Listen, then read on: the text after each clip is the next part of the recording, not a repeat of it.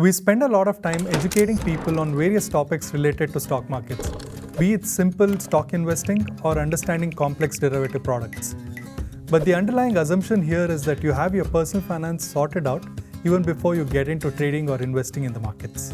If your personal finance situation is not sorted, then I'm afraid you're starting your financial journey on the wrong note. And it's time to fix that. Hi, this is Karthik Rangappa, and in this short video series, I will be talking to you about personal finance and the best practices that you need to have in place to start your personal finance journey. I would suggest you watch this video series as a very first step in your financial journey.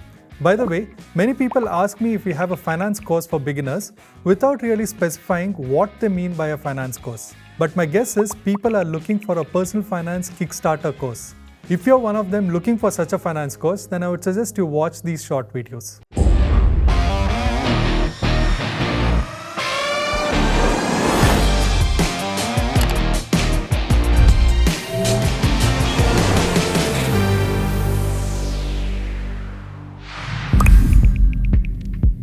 In this video, I'll be talking to you about the very first step you need to take in your personal finance journey. That is saving money for an emergency situation. Let me share a personal story with you. It was the year 2020, and I guess we all know that it was a horrible year. Work from home was a norm, so was schooling from home. Suddenly, I had to upgrade the IT infrastructure in the house. I had to buy 2 laptops, a printer, a better router, and a better broadband connection. If you remember, laptops were not easily available in 2020 because of the supply chain and COVID constraints. Whatever was available at a premium. We had no option but to shell out extra money to purchase these equipments. A few weeks later, both my parents contracted COVID. We were in the first wave of COVID and there was quite a bit of panic around. Finding a hospital bed was nearly impossible. But we got lucky, somehow found a hospital bed for both my parents. But the treatment costs were exorbitant. It was a few lakhs per head. And I wasn't even sure if my insurance would cover for COVID treatment. The reason why I'm sharing this with you all is to highlight the fact that within a few weeks, all of a sudden, I was faced with a situation where I had to spend a lot of money. I'm sure you too would have faced such a situation in life. Emergencies can come unannounced, and when they do, it can be financially draining.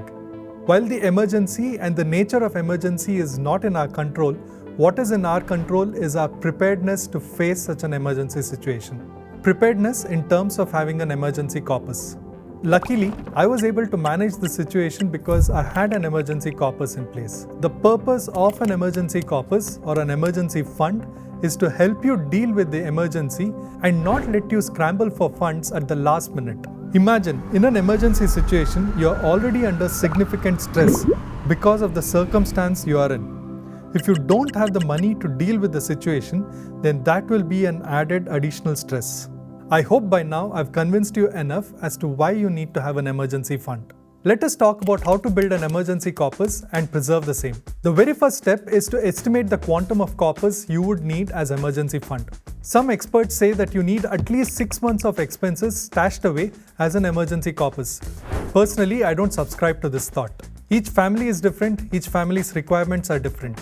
What would work for your family may not work for my family. Given this, it is best to sit with your family, with your loved ones, and figure out what would work as an emergency corpus for your family. It could be 6 months, 10 months, or even 15 months of expenses. There is no right or wrong number here.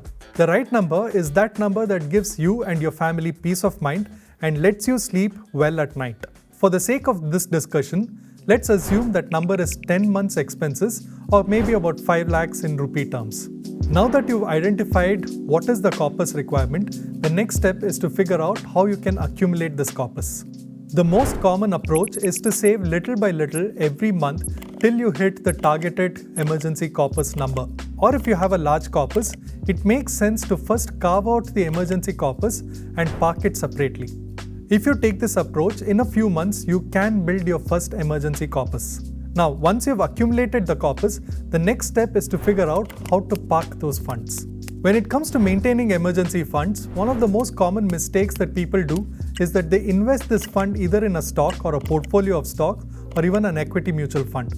This is one of the silliest financial mistakes that you can do. Remember, The reason why you've saved for an emergency fund is that it is available to you in full when you need it. Investing your emergency money in stocks or equity mutual fund means that you're inducing volatility in your funds, and this can be a fatal mistake in times of emergency. I would suggest you invest your emergency funds in financial products that have low volatility. A simple fixed deposit will do the trick. Alternatively, you can even consider short-term bond funds or even a liquid fund. The idea with emergency fund is to have quick access to the funds and also have full capital protection. A financial product that does not fit into this definition cannot be your vehicle to save your emergency corpus. Having said that, I have split my emergency corpus into two vehicles, a classic FD and an arbitrage fund. Arbitrage funds invest in arbitrage opportunities in equity markets, and by definition, arbitrage positions are hedged and bring in very little risk. If you're not familiar with arbitrage funds, then I would encourage you to read this chapter on Varsity where I've explained arbitrage funds in detail. One last thing. Let's say you pick an instrument of your choice and park your emergency funds in it. Maybe a liquid fund. When an emergency strikes, you need access to the funds immediately. But a liquid fund, although very liquid, still needs T+1 day for full settlement, which means that you may not have access to your funds immediately and there could be a 1 or 2 day waiting period. How would you deal with this? Well, in such a situation, there is absolutely nothing wrong to use your credit card as a source of funds. Use it to pay for the emergency, utilize the 25-day free credit your bank would give you, and repay the credit card bill as soon as you receive money from your liquid funds. This is one of the smarter ways to use a credit card and the free grace period that your bank would give you. I will talk more about credit cards in the third video in this series where I will be talking about borrowings.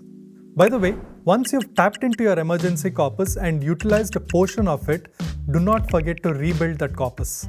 Another common mistake that I've seen people do is with great difficulty they will build their emergency corpus, but they end up utilizing this fund for lifestyle purposes. Maybe buying that new iPhone or maybe going on that fancy European holiday.